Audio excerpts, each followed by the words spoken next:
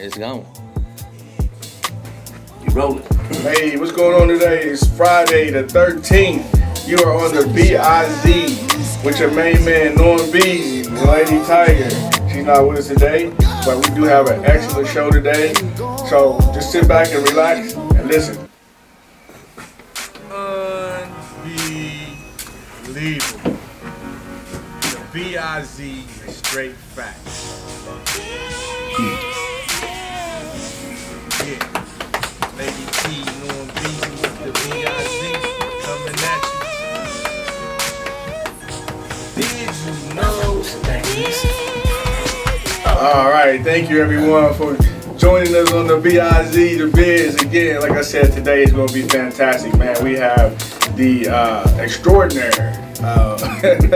well-traveled, one of Huntington's finest as far as coming to the community and playing a big role in our community in the Huntington, West Virginia area, in West Virginia, period.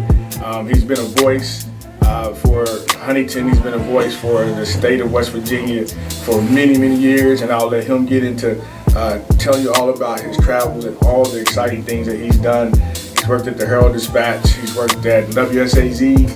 News Channel 3. Mr. the one and only Dave Lavender. Yes. You know him? Woo. All right. Also joining here with me today is one of the Stars Us Theater Troupe members, Mr. Thomas Shaw, Oldtimer. I'm Oldtimer. He has his own podcast that he does, the 411 with Oldtimer. So his little comedy podcast that he likes to put out there. But he's joining us today to talk with Mr. Dave Lavender, who is now the coordinator at West Virginia Development Office as Apprenticeship in Motion. Is that what we're doing now, Dave? Yeah. So how you been? What's going on with you, man?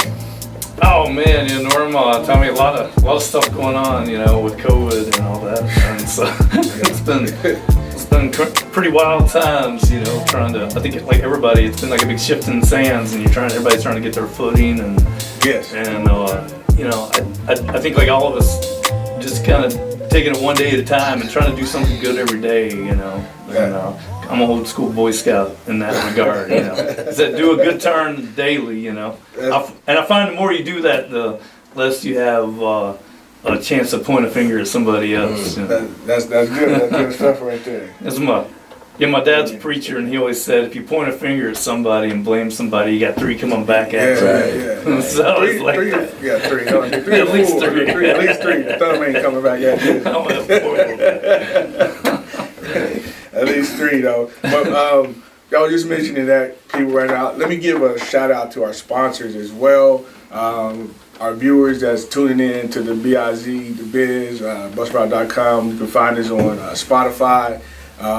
Appreciate you tuning in to the YouTube page, Norm Brand's YouTube page, checking out all the exciting things, LinkedIn page, Instagram. But I want to give a shout out to the Positive People Association, of course, for providing a chance for kids and youth to be able to do podcasting. The Fairfield West Improvement Council, also the Glorious Church of God in Christ, West Virginia Ray of Hope with Katie Brockman allowing us a chance to actually help get equipment and sponsor this. So West Virginia Ray of Hope, big shout out to you guys for sponsoring. A special shout out to organizations in the community that's been helping. Refresh Appalachia, who's helped us with our Harvest Community Garden that's putting out there for our kids to do that. The Stars Us Theater Troupe, as well as the Alchemy Theater Troupe, who's helping collaborate and putting some theater arts together for and then we also do things with the Food Hunger Bank every Wednesday, providing that. And Southwest Council. The Southwest Improvement Council providing us a chance to work with their program, with the 55 and older program, putting people to work. So this one, give a shout out to all those people and make a mention real quick. So tell us a little bit, Dave, about the Apprenticeship in Motion. Yeah, so kind of apprenticeships is kind of like the old school, as people know, like it's been used for thousands of years for plumbers, pipe fitters, electricians, And it's sort of that mix of on-the-job training and then also some classroom training, right? That's sort of the best of both worlds. You learn something in the classroom, then you immediately go put it into action. And mostly in the U.S., that's been in the trades. And so what's going on in the States now, and there's a big effort under Barack Obama to put record amount of money into expanding apprenticeships into other fields, non-traditional fields, and to make sure that kind of taking the guesswork for students out of what, am I going to go to school for 4 years and have a job? Is there going to be something out there? Right. And then for companies, kind of taking the guesswork out of, am I going to have a good employee? Am I just going to pray that God sends the right person that happen to come by? Mm-hmm. And so what it does is sort of like get those people together. And I'll tell you a little bit kind of how we're doing it.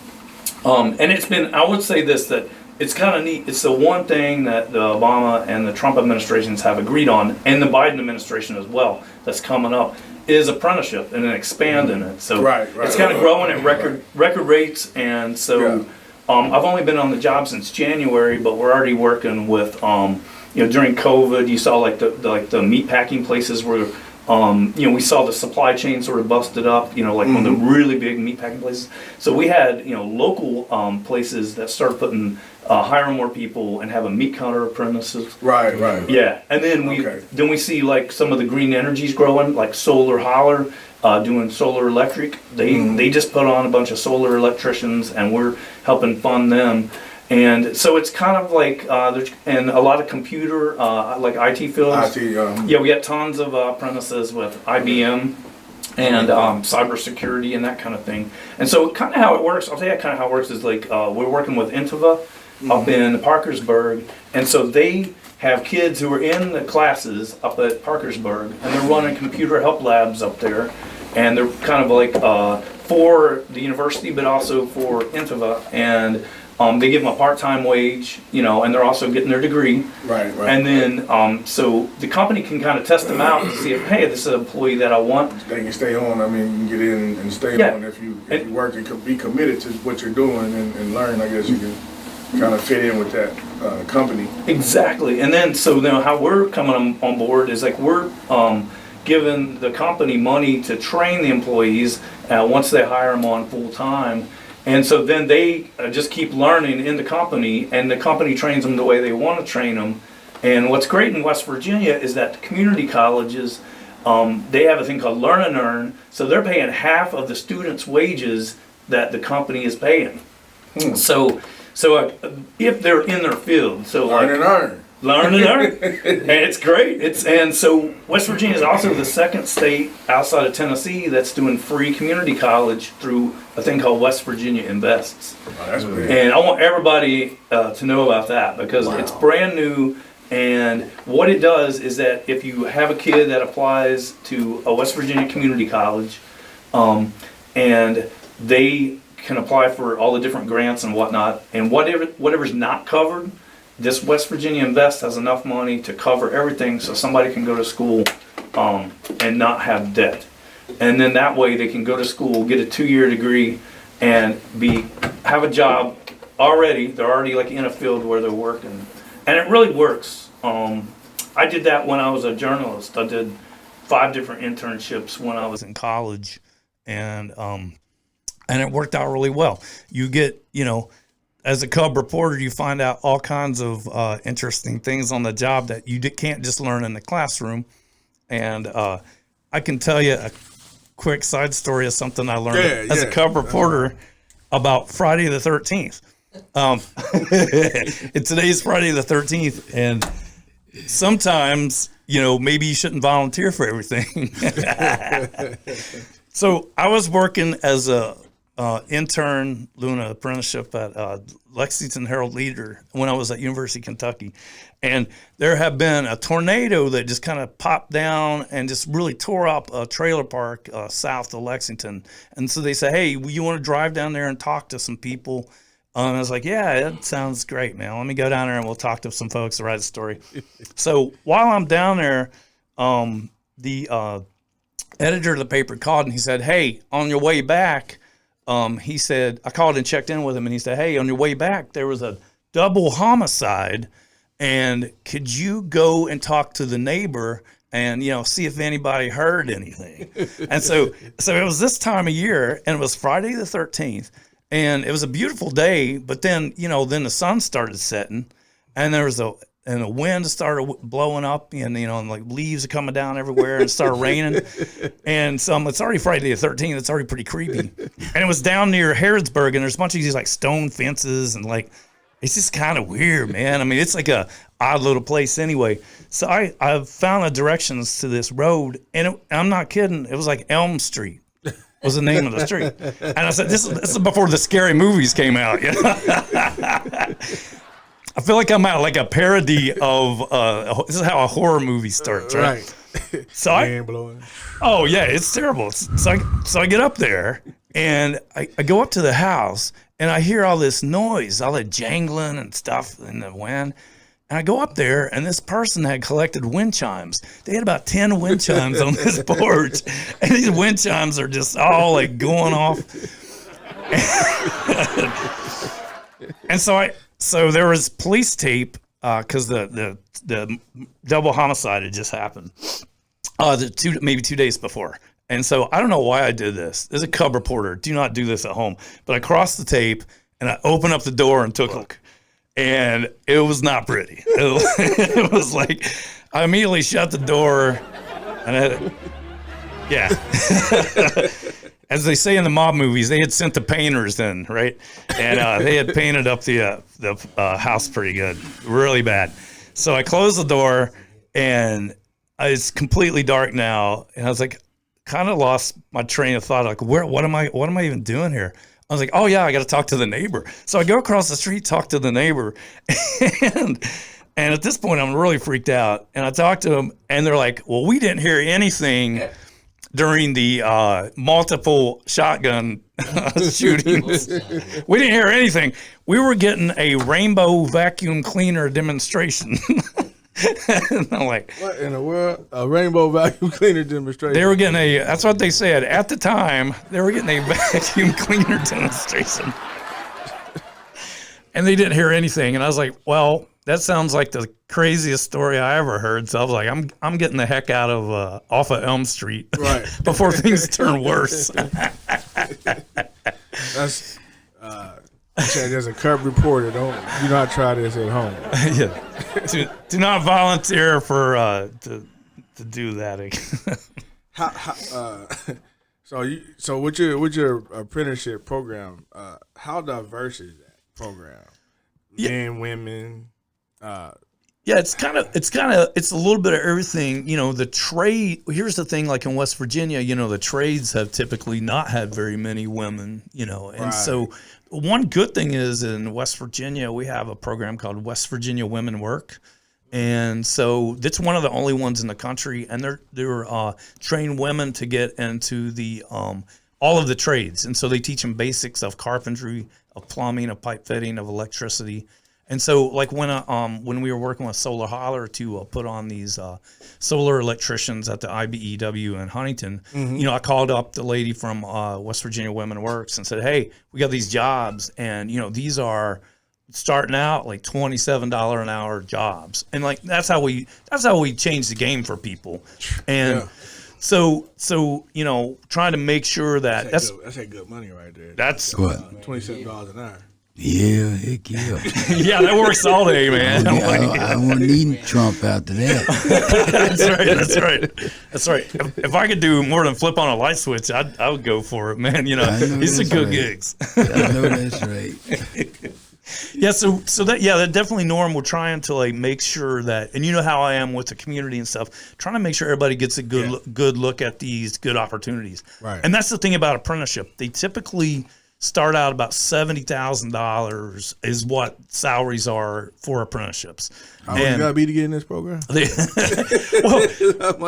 the interesting thing is we're finding like a lot of people who have, you know, during COVID, it's the one thing that's been a real good glue, you know, because there's a lot of people looking for other gigs, you know. So like we just had this last week, we work with Mitsubishi heavy air out of Bridgeport. It used to be Bombardier, and they take apart airplanes and then put them back together when they're taking them offline, and then they put them back together.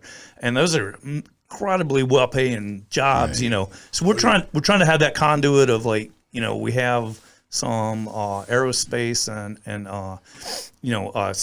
community technical education programs that are concentrating on that. Even have one in Mingo County in southern West Virginia. How do we help pipeline those kids that are learning that stuff, learning some of the basics? How do we get the kids that are learning the basics of mechanics, you know, into these sort of advanced mechanic jobs, you know, like whether they're diesel mechanics or whatever? Because we're starting to get some of these really good aerospace jobs in West Virginia. We got about 3 dozen companies now, and so Mitsubishi is adding 250 jobs.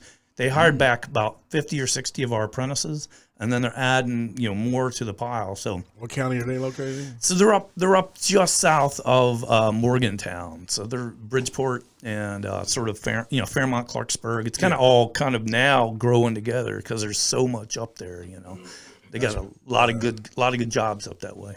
That's pretty neat. So how would you how would the people get in touch with the people up there if they live in West Virginia? How would they contact? In this county, yeah.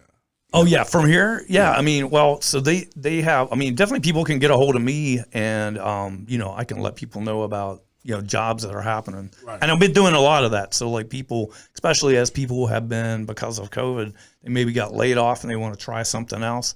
You know, that's what we're trying, because part of what we're doing in our Apprenticeship in Motion program is also kind of helping how do we find apprentices, people who maybe have a baseline of, you know, education and want to get in with a company on the ground floor, you know. Yeah. And so we're trying to help find good employees for all those people, you know.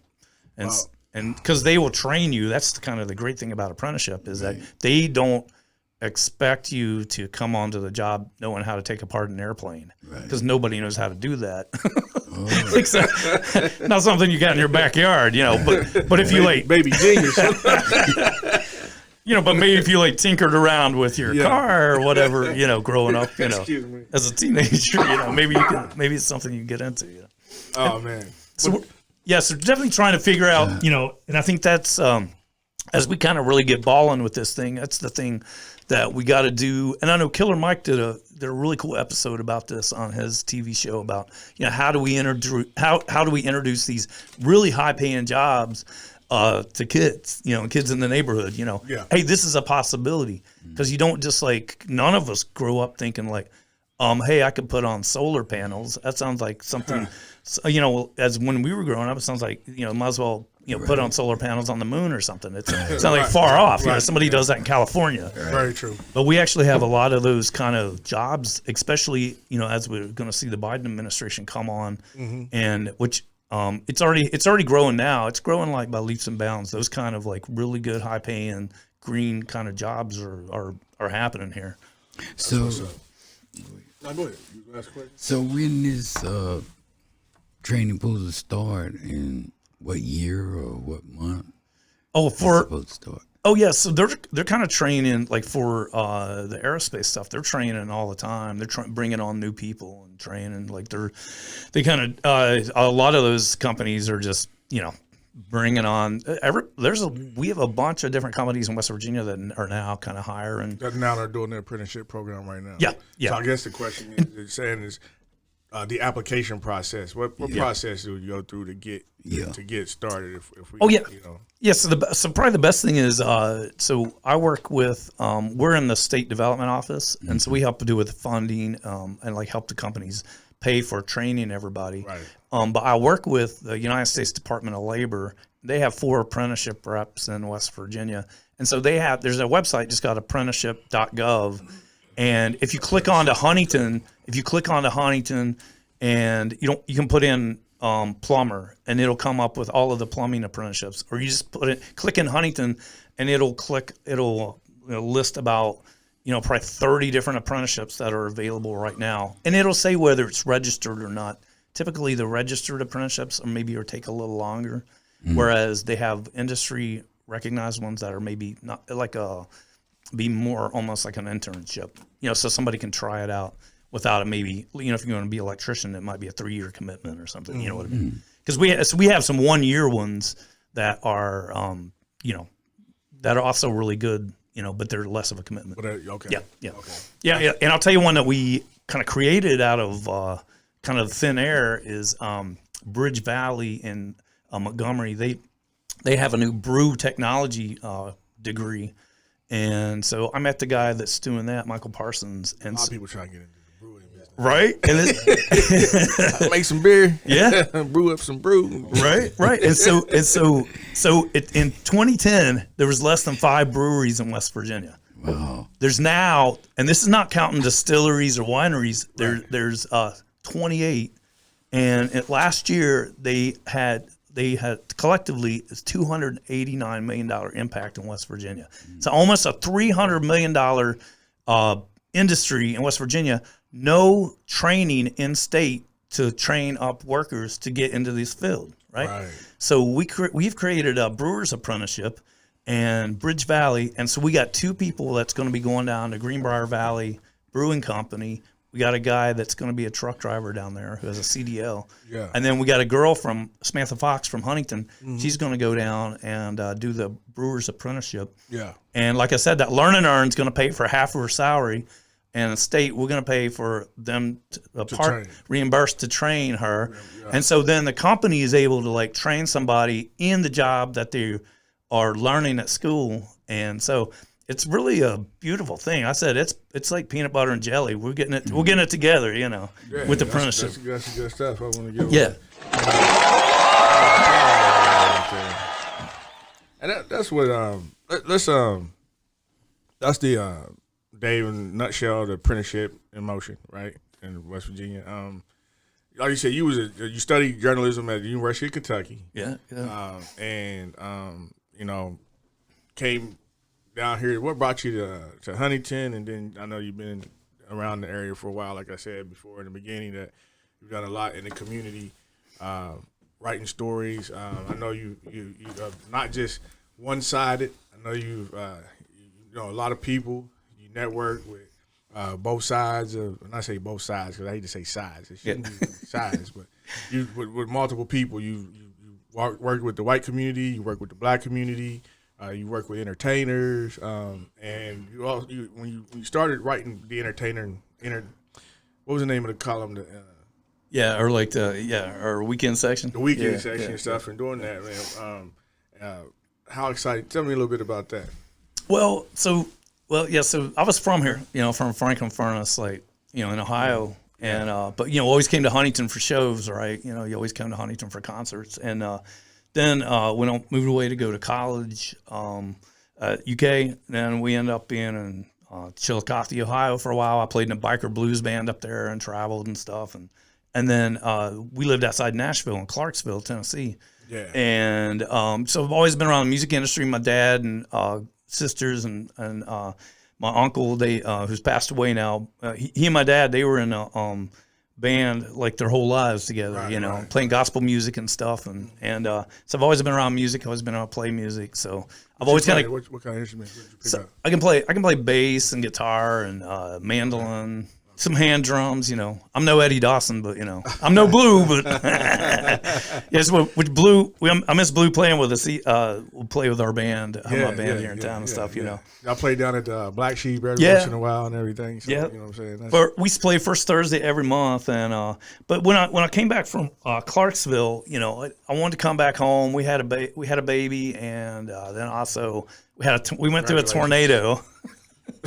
And so I was like, man, it's about time to get out of Tennessee. We had a direct hit. The newspaper where we worked got hit by a F4 tornado, and the whole downtown was destroyed. That was the Parthenon down there. That was in Clarksville. That was the downtown of Clarksville. Yeah, which it did hit in Nashville too. I was in Nashville in that area at the time. I'm trying to think of, what I'm saying. I was down there in 99, 2000 when the tornado came, hit downtown in Nashville, and I lived on 2nd Avenue, which 2nd Avenue ran up on this end of town. So downtown, I could actually come out of my apartment and walk to downtown. So it actually, it hit and it skipped over and went right down. Yeah, I was down there at the time that happened. I remember Was that Friday? I about moved too. I was like, yeah, it's time to Was that Friday the 13th? That was Friday the 13th. No, my bad. Well, go ahead. You played. You got the band. Yeah. Yeah. So like after the tornado hit, we worked in an abandoned food land for like a year. And I actually worked in the nuts aisle. Like I looked above my desk and it said nuts. And I was like, and so, yeah, I had the opportunity to come back. And I would say that like sort of in that spirit of apprenticeship, I wanted, like our paper at Clarksville was real young, right? Yeah. And it's like, I had opportunity to come back here. And at the time, all of the old school cats were still working at the Herald Dispatch. So you had Ernie Salvatore and, Bob Withers and Jim Casto and all those old crusty old cool dudes. Yeah. And so like I kind of wanted, and Fran Allred and, just great journalists, and so I wanted to kind of, come back and work under their wing. Tim Massey, who I worked with back to back, really cool dude, and for 5 years and before he passed away. And so I wanted to have that experience, like work under the wing. I used to go to coffee every day with Ernie, man, and hear all these awesome stories about boxing, how he knew Muhammad Ali and everything, and Muhammad Ali would call him and stuff. And I mean, really good stuff. And so, yeah, I wanted that experience and I got it. I was really glad to come back to Huntington. I'll tell you what, it didn't surprise me, but I really wanted to tell a story when I came back. Norm was, came back from Nashville, right, and that whole scene. And when I came back to Huntington, I was like, man, per capita, man, I was like, we got more going on in Huntington than anywhere else. And I just like the talent was just nuts. It was like at the time, like the hip hop scene was crushing. Like Kenny Man was really doing it. K Cutta and Tiger Tashima's. Yeah, and just Buzzy was killing it. Was at the time. So it was like self-made records was. I mean, we had a club show that had like 800 people at it. Wow. I had them on the front cover of the weekend section, and we were so proud, man. Like, I mean, you should have seen. I mean, we just couldn't. Like, all of us were like, wow. Like, it really felt like things were really, really happening, And so I don't know. It was neat to come back here and just kind of like immerse myself in a community and sort of like just shine a light on all the stuff that was going on. Yeah. Didn't have to reach for a good story, right? Right. Yeah, especially like even the hip hop. You know what I'm saying? Give out a little bit to some of our local artists like Jason, Doc, Papa Doc, Mr. Michael and his crew. Mr. Mike, yeah. So anyway, make mention of that. Just give them guys a shout out. That's true. Yeah, definitely. Yeah, I was just talking to Doc a few weeks ago. One of the things during COVID, I've always been involved with nonprofits and stuff. And so I'm helping out Hope in the Hills. And so that's Ian Thornton from that I worked with at Create Huntington. So he's Tyler Childers' manager. And so they created a nonprofit to help the opioid crisis and all that. And so they have a concert every year called Healing Appalachia. Okay. Yeah. And so anyway, big stuff right there. Yeah. So putting together like music therapy programs, and so we had a pilot project. I came on in January with them, and so I was helping put together a pilot project, putting musicians and songwriters in different recovery houses to just help the guys, because especially because music is therapy. It absolutely is, Music is therapy, yeah. And so we started one in Nashville at Nashville Recovery Center, and then one in Eastern Kentucky, and then here at Recovery Point in Huntington. That's what's up. And anyway, we were getting guest artists and stuff to like come in, and I had talked to Papa Doc about filling and it was he wasn't able to do it, but he's going to try to work with us and get in on a slot. Yeah. I ended up bringing Shalem and Recovery Point and doing a show and stuff. And so, the guys loved it. And that's something we're going to carry on. We're trying to figure out how to do it in the winter because things are getting more locked down. Everything's going virtual right now. Everything's getting really locked down. And speaking of that, though, Dave, you've been well traveled all around West Virginia, writing stories. You even had was it Dave Lavender Photography? Yes, my wife. Yeah, Lavender Photography. Lavender Photography. You know what I'm saying? I know y'all yeah. been moving around and taking pictures of different sites and capturing the. West Virginia is a beautiful place. Yeah. It's got a lot of natural beauty. Yeah. A lot of natural beauty. So And we need to get out in it more. You know, I would say two things. I was like, when we moved back from Nashville, I said I want to if I move back to my home area, I want to treat it like a tourist. Because when we were in Tennessee, like Terrell and I, my wife and I, was always like exploring and doing stuff and hiking and kayaking and going to shows all the time. I said I don't want to go back and sit on the couch and act and get complacent, right, and not meet people and not.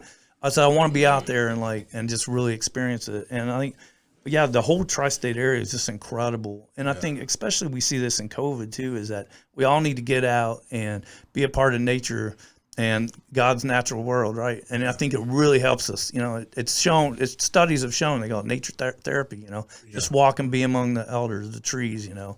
And so trying to give people more opportunities to do that. I'm really excited about a project that we're doing here in the neighborhood. My youngest son, Will, his Eagle Scout project is over at Spring Hill Elementary School. Okay. And our Boy Scout troop has done a couple of different Eagle Scout projects over there. And with Matt Atkins. I got to give a big shout out to Matt. Shout out to Matt, man. Yeah, he's awesome. I thought it was going to be. There we go. Give him a hand right there. All right. Yeah, Matt's one of those guys that he's just really, really going hard for the kids and balling good for them. He's put in like a Gaga pit back there, that was part of a project that we did. It's sort of like Foursquare meets dodgeball, and it's a big thing that's hip with in the big cities called Gaga ball. And then he put in disc golf baskets, and it's trying to get the kids out to do more, just get out and explore more. So the thing that we did with Will's Eagle Scout project is build a nature trail, and it's like a circular nature trail that also has an overlook of the city, so kids can go do this loop trail and then overlook, and they see Marshall and the football stadium. Okay. And so trying to give kids, especially and teachers, a place where they can go out and learn more about nature. We got like bat boxes and stuff out there, bird feeders, identifying the trees. What about it's at Spring Hill.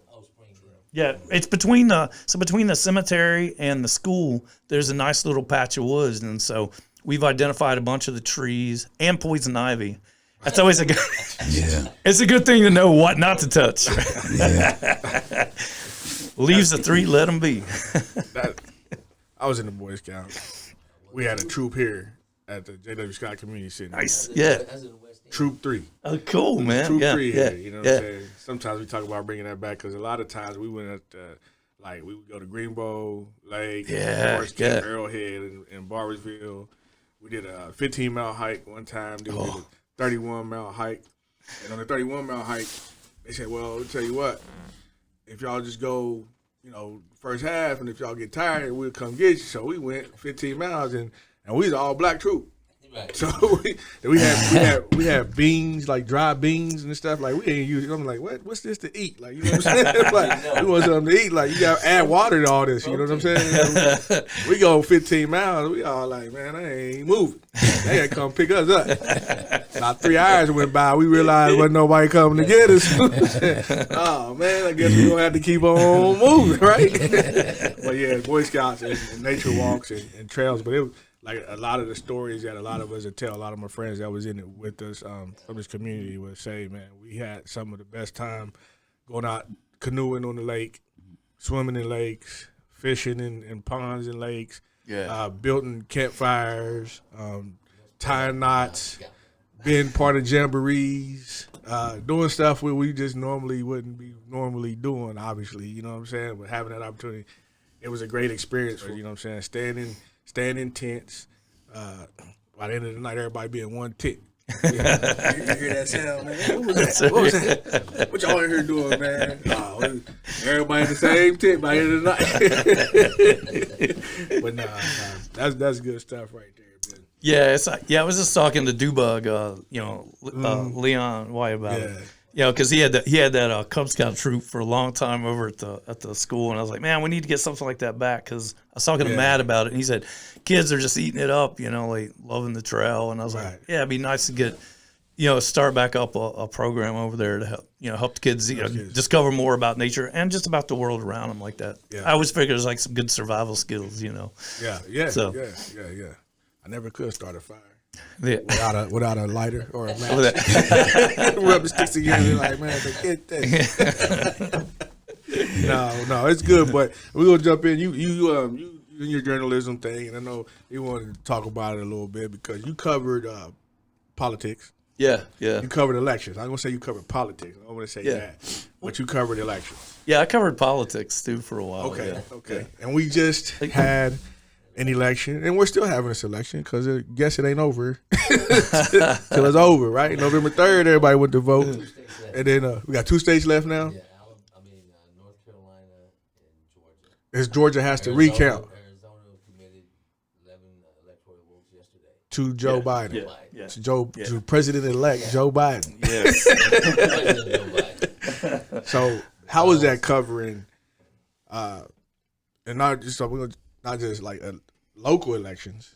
We probably went through a lot of different local elections. Talk about Mayor Steve Williams. This is his second term, I think. Maybe It's gonna be his third. it's gonna be his third. Yeah. This is his third term. He beat out Scott Caserta, and then we had new councilman in Deron Jackson came out. Who? Yeah. I do landscaping for Gene Dean. You do the landscape for former mayor Gene Dean. Yeah, I remember. Do you remember when? It was after Gene was in office. She had a radio show with Bobby Nelson for a while on 9:30 and so they right? had the Republican mayor and the former Democratic mayor and former Republican mayor. I thought that was a great idea. I think Mike Kurtner did that over at Kindred. I thought that was a good idea. That was on 9:30 a.m. You could never get away with that now. You know, everything's become so polarized. You know, Well, that's just because Trump yeah. destroyed the Republican Party, in my opinion. It's an opinion. Yeah, absolutely. When Trump destroyed the Republican Party, he made a mockery out of our democracy, period. And he just, and the Republican Party let him just destroy their value, their party, period, man. That's right. My pops is a preacher, and he says the love of money is the root of all evil. Yeah. And so with Trump, you saw somebody when there's no ceiling to your greed, there's no basement or moral basement low enough, for your morals. I mean, they just keep digging, and it's really sad for democracy. He's very toxic, and he actually, a lot of people haven't heard him live. I covered the National Boy Scout Jamboree when he was here it was like 3 years ago. And anyway, a couple of things. One is that I had covered, like in my journalism career, had covered on the trail, like Jesse Jackson, John McCain, Al Gore, George W. Bush, Bill Clinton. And so that was kind of my era, 90s and into the early 2000s. Unfortunately, didn't get a cover. By the time Barack Obama came around, I was in entertainment. Right. And anyway, I had never, ever experienced anything like we did at the Boy Scout Jamboree. His detail treated the press like we were just the worst dogs of the earth. And they were really disgusting, man. No, that's false news day. It was bad. News. It was awful. It's false news. We didn't treat you that way, Dave. It's false news. Right? It's like, so one thing they did to the local TV stations was everybody brought their cameras, right? Yeah. And so then they said, well, we're just going to have one, pool camera, and you're just going. So you guys can't bring your cameras. They're like, well, why are we here then? So they locked up all their cameras on the buses. And so when Trump spoke, the first thing that he said is, look at all these people who showed up for me.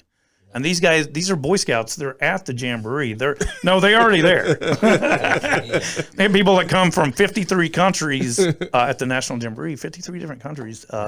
And they came for the Boy Scout Jamboree. They didn't come for him. That was here in West Virginia, in Gene Beckel. That was at the Bechtel National at the reserve. And he said the press doesn't have the guts to turn their cameras on me. And after he had locked all the cameras, after he put them away, yeah. And I said, "This is," and then he could not. He went straight into disparaging Hillary Clinton, disparaging our country. Right. And he had Eagle Scouts behind him, and Rex Tillerson, who was over the energy at the time. Yeah. So Rex ended up, he was disgusted, and ended up, they ended up splitting ways right after that. The Boy Scouts were so disgusted, they acted like he didn't even show up. Like in the they had like a magazine that comes out after that. Right. No pictures of him. They had like a one sentence that said the president stopped by the National Jamboree. They were so disgusted, and they put out a press release the next day and said this is not up to the morals of the Boy Scouts and what we believe. Right. Yeah. It was that bad. It's that bad. And after that, I've tried to not get sucked into anything that he says because I think, I don't believe anything he says. You don't believe? Nobody believes nothing he says. Yeah. But what I wanted to ask was, let's get back to this government of West Virginia. Yeah. How in the world does he become a Democratic? Yeah. And then transfer to that means transfer to Republican. What you mean? How does he go from a Democrat to a Republican? Yeah. How can he switch in the middle of the party? Yeah. Well, that means we can do whatever we want to do and don't have to be arrested for anything, smoke dope or whatever we want to do. Look like to me, because he violating wouldn't he be violating the rights of? I don't know. I mean, if he switched in the middle of a party, like I see what you said. If people voted for you as a Democrat, and that's how you got in. That's and then after you get sworn in and you go in and you sit down, and you say, well, you know what, psych. I'm just kidding. I'm a Republican, y'all. You know what I'm saying? But that's what I'm talking about. That's it's weird. I think it's been weird for a lot of people, And I work in Charleston, and it's like, they say West Virginia, like everything's political except politics, and it's personal, And it's like, I don't know, maybe with Biden in office, he'll switch back, Maybe we'll reel him back in. Because he did make a comment. Jim Justice did make a comment saying something similar to like, I switched over to be a Republican so that I could maybe we can get some stuff done.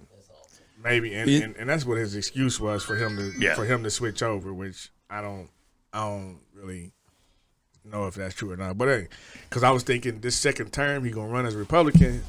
Let's see if he don't win. Let's see if we get the Democratic votes, and then all of a sudden, like as soon as the polls closed, they was like Jim Justice is still in there. You know what I'm saying? Yeah, I'm like, I didn't even get a chance to count them. That's what I'm saying. Draw straws or something. Did they count the votes? Yeah. He was like, I just want to do my victory speech. It was 6:01. He was doing his victory speech. Oh, yeah. But I try not to get into too much politics. Like I would say, Rick, I was covering a speech by Ricky Skaggs to the General Assembly in Kentucky. He was trying to raise money for the Bluegrass Music Hall of Fame, and he said, well, my grandma used to always say that Polly meant many and ticks is them little bloodsuckers.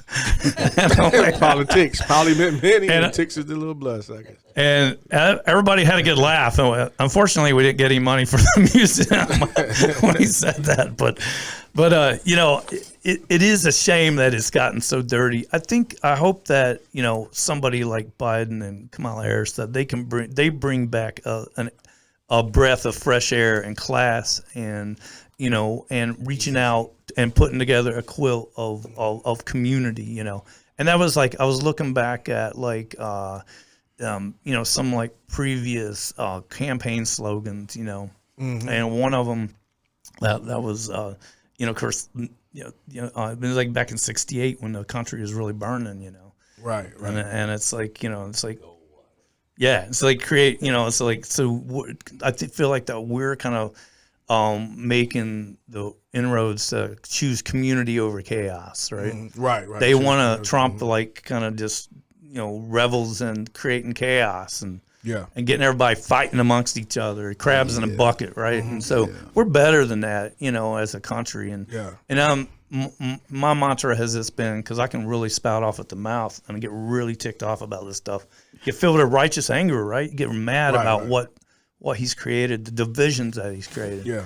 And so I just try to like keep doing good every day, and just like I feel like if I keep doing that and keep plowing, that I don't have time to like get sucked into his negative energy, because anybody that gets close to it gets stuff on them. Gets in there, Like you step in it. And it's You just step in it if you get close to it, right? And it's sad. It's sad because if you think about it, what you're saying, it's sad because half the country, this election was too close.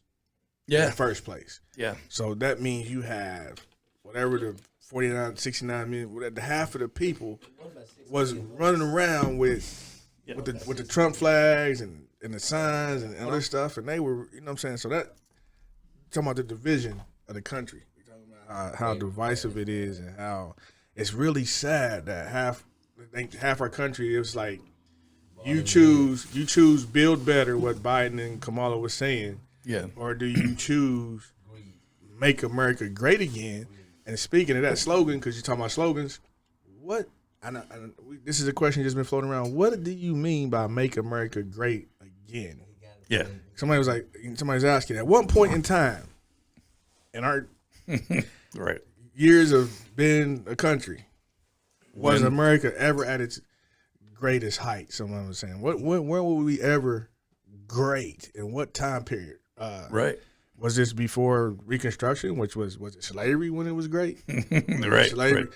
And it was more toward who was it great for? Who was it great for? Yeah. So his audience showed up. Yeah. Because he brought out white nationalists. Yeah. He brought out rednecks. He brought out people and he brought out people that was thinking white power in a sense of make America great again. He was never talking to the minority base or anybody. Definitely wasn't talking to black people because, like, what point it was it great in the 20s? Was it great in the 30s during the World Wars and II? Was it great in the 50s, 60s, 70s? When was America great? Right. Please just answer that question. What time was it great? I don't think he knows anything about history. I'm sure he can't answer that. No. Yeah. No. And that's just it. Like, and it's now we at a point where it is divided, and not to say only white people voted for Trump, because it wasn't. No, he lost like a lot of votes. 12 to 20% of black men voted for Trump. 12% of black men voted for Trump, and I don't know the percentage of black women that voted for Trump, but he had black women that voted for Trump. So and Hispanics voted for Trump, and so. I'm just wondering where and what point did so you had people, like you said, they sipped the Kool-Aid. They got close enough and they stepped in it, and it was like, this man is what's right for the country, and it just wasn't to me. That's my opinion. So what do you think is going to happen? He only got like December and the rest of November. If he acting this way now, what's going to happen before Biden get in? I mean, what's going to happen between? The United States is suffering. I mean, I ain't suffering because I give me a chicken. But anyway, the United States is suffering. People, they closing down schools. Yeah. They telling people now you only can have 6 people in a group. Yeah. They're telling you, they saying the restaurants is closing now. They got a second virus coming in now. Yeah. It's going to get worse. It's going to get worse, yeah. There's a surge on the virus, and we're almost going back to phase 1 in some states, or going back to phase 1 where we are getting ready to probably, some governors are shutting down, closing everything back again. Like you said, go back to phase 1 in the midst of this vaccine coming out. So what I think is outside of the political unrest, yes, the COVID-19 has been had a big impact on the world for one, and then in our country over almost 300,000 deaths due to the COVID-19. Yeah. Millions of people infected by the COVID-19. Yeah. So, I don't know. So why? Speak about that. So why are they turning their heads up in Washington D.C. and between the Democrats and the Republicans? We trying to get help, and it seemed like Mitch McConnell saying we gonna give y'all some low money, you know. Well, And then Pelosi or whatever her name, she's saying give these people this money, you know they needing it right now. But Mitch McConnell is saying I ain't getting y'all nothing. Y'all Mitch is, So tell me about that. Tell me what you think about that. Tell me what y'all think about that. Well, I think it's kind of devastating that there wasn't more relief for folks because everybody's running out, and as y'all saying, we're staring into, as what Biden has called it, a long hard winter. You know, and I think that they will pass a second round. They have got to for people, man. People are really hurting, and and people have tried to find their footing in all this, but everybody's been a lot of, especially in the service industry, entertainment. We got tons of friends in the entertainment industry and that live here in Huntington, and they tour nationally and all that stuff, and they're all off the road. I mean, people are, all those industries are really hurting, and so we got to like make sure that people are taken care of. We are a brother's keeper, as they say, right? We gotta think more like that. I think it's like it's sad that Mitch McConnell kind of he's from Kentucky, man, and it's like that hurts. It hurts like because I went to school there, and I love Kentucky in a lot of ways. But man, the fact that they elected him again is like it's a hard pill to swallow just because of his brazen disregard for people across the aisle. Yeah. The fact that he wouldn't, when Barack Obama put up a very, very wonderful candidate for the Supreme Court, and they wouldn't hear it, even though that was in months and months and months and months away from an election, right. And Merrick Garland. And then now that, this lady gets in who's never even really been a lawyer, tried cases. And you're going to have a sitting Supreme Court justice with scant experience. Yeah. I think that's terrible that Mitch McConnell and them have played that game, and then playing with the lives of Americans, not giving people resources. Yeah, yeah. And I think I hope there's a reckoning day, as we my son. Day of retribution. I hope that I hope they'll get their comeuppance. But, it's hard to say. Maybe, if not in this life, in the next, But see, what I'm saying is, like, Biden, it's going to be a while before he gets everything straight because he's trying to look at the economy. He's trying to look at the people. And when Biden first started talking, he said he was for the people of the United States. But, like I said, Trump only got, like, this month, next month, in January. Hopefully he's out of here. Yeah. And so, therefore, if we having problems now, look, the last stimulus check we got in the first was back in, April? Yeah.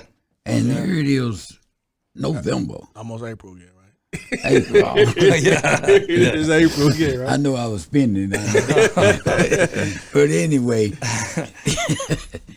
But anyway, all the months is gone.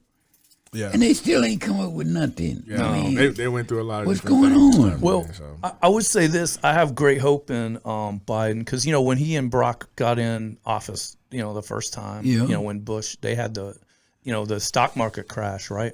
And so you had like the auto industry was tanking. Yeah. And they were I thought Barack Obama and Biden really did a great job of pinpointing some things to really turn some stuff around. You know, they didn't have a great as recovery program as they wanted because Mitch McConnell and them really dialed it back, right? Right.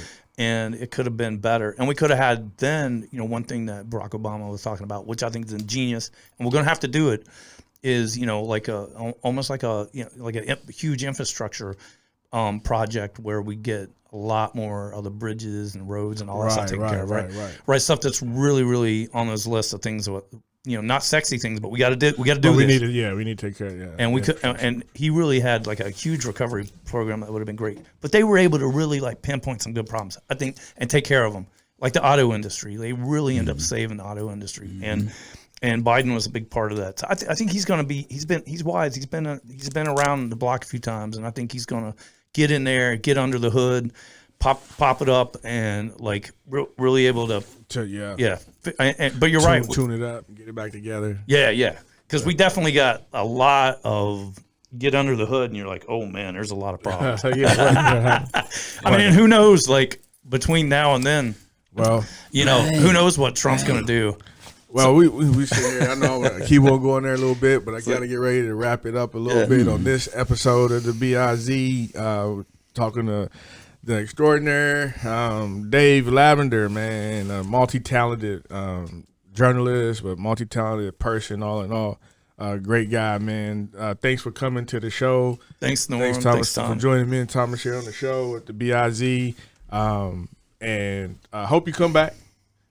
Sometime we'll chat it up, man. It's always great seeing you and talking to you, Dave. So with that being said, you have anything followers people to follow you on any page, links, anything you want to? Well, I'll definitely put a link for our Apprenticeship in Motion page, and and you can definitely hit me up, just david.l.lavender@wv.gov. If you got any questions about, you know, what opportunities are out there, like I said, there's free community college now in West Virginia. There's the Learn and Earn program. We have tons of apprenticeship opportunities. So apprenticeship.gov, you can do great searches there and find some amazing jobs that pay a lot of money. And so, anyway, things are looking up in West Virginia. We're really, you know, putting a lot of energy into a lot of the sectors, like, you know, like solar, you know, like a lot of things that are growing. So aerospace. And so we have a lot of reasons to, on the surface, there's a lot of reasons to really feel like dark days are coming, but underneath it, there's a lot of people hiring and good things happening. So, you know, I think West Virginia is tough, right? Like we can live on cornbread and beans because we always lived on cornbread and beans, right? And so I feel like that we can take a punch, you know. Right. And so, I have a hope that, you know, and I really appreciate, you know, this program, you guys, you know, having people on like Duran and so I got a lot of help in the local elections. You know, Duran's on there, Holly Smith Mount, who's a nurse. So I think you're going to have like a really sharp council, and Steve Williams, I think, is one of the best mayors of a small city in America. And he keeps proving that, bringing everybody on the team and solving real hard problems. And so I'm really excited to be here in the city, Jewel City, and working anything we can do to make it better. One day at a time. Again, man, congratulations to all the things that you're doing. You said the new, I don't know if it's the new, but congratulations again on all the things that you're doing and continue to do in the community. So, once again, people, thank you for tuning in. You've been listening to the BIZ. I'm your host, NormBeezy. Holla at you.